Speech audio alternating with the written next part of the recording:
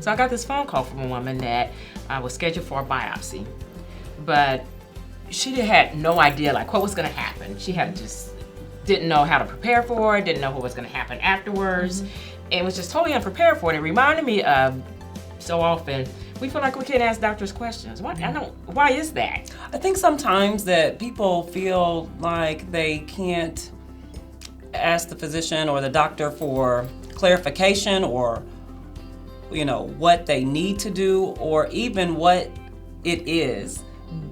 The fear factor of feeling silly or that maybe they won't understand. But I think it's really important that we be our own self-advocates. Absolutely.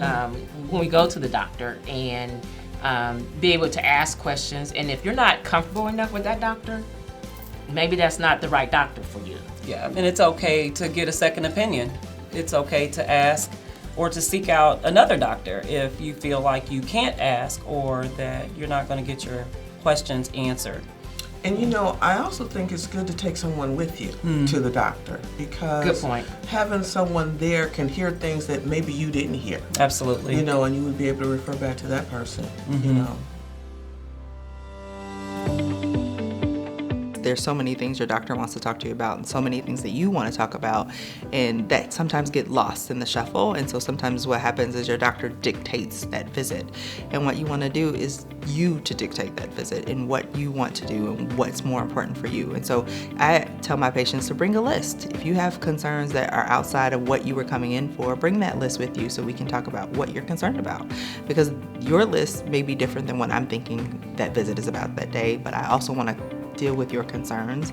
Plus, if there's something you're embarrassed about, you can talk to them about it, and you can look at your paper and say, okay, this is my one last thing, and I'm a little embarrassed to talk about this, but I want to talk about X, Y, and Z. And that gives you guys a chance to form a relationship and that you become comfortable with as time goes on.